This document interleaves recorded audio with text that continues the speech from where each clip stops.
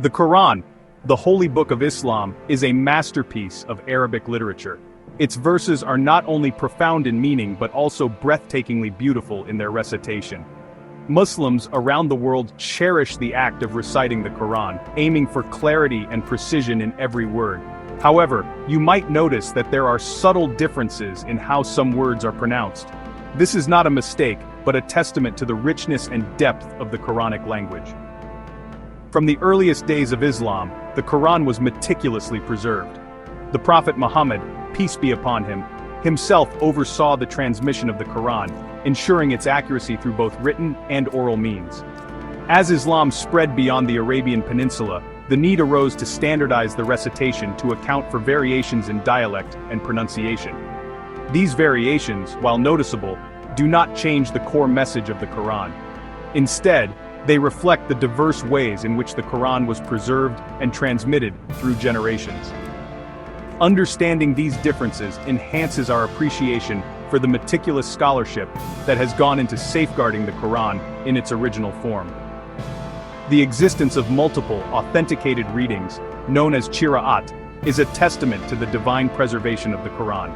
These qira'at represent different linguistic traditions and pronunciations that were prevalent during the time of the Prophet and his companions.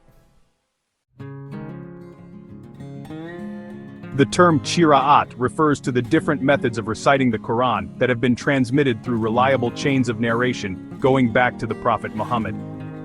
These methods encompass variations in pronunciation, vowel lengthening, and the joining or separating of certain words.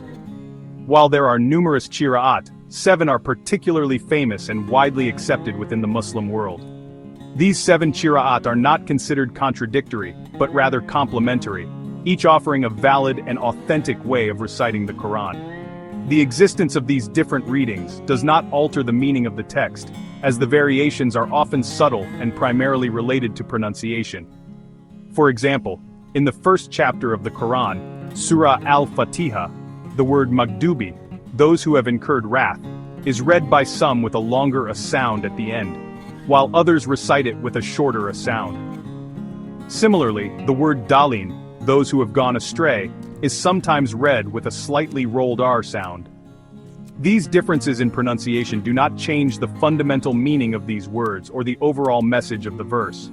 They simply reflect the diverse ways in which the Quran was recited by the early Muslims, all of whom learned directly from the Prophet or his companions. Let's delve into some specific examples of these differences to understand their nature.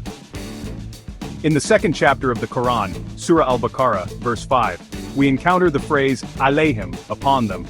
Some readers pronounce this word with a clear ha at the end, while others assimilate the ha into the preceding im sound, resulting in a slightly different pronunciation.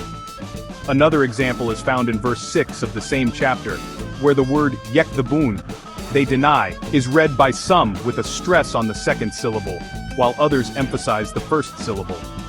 Again, this difference is purely phonological and does not affect the meaning of the word or the verse.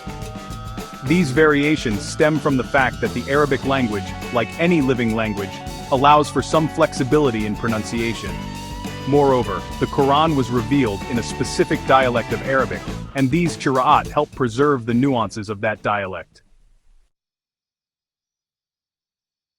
Each of the 7 famous qira'at is associated with a renowned reciter from the early Islamic period. These individuals were masters of the Arabic language and had learned the Quran directly from the Prophet's companions. Their recitations became standardized and were passed down through generations of students, ensuring the preservation of these different reading traditions. Among the most famous reciters are Imam Nafi from Medina, Imam Ibn Kathir from Mecca, and Imam Asim from Kufa. Each of these imams had their own chain of narrators who transmitted their specific way of reciting the Quran. The existence of these multiple qira'at enriches our understanding of the Quran and highlights the meticulous care taken in preserving its authenticity. It reminds us that the Quran is not a monolithic text, but a living revelation that has been passed down through multiple channels, each with its own unique beauty and flavor.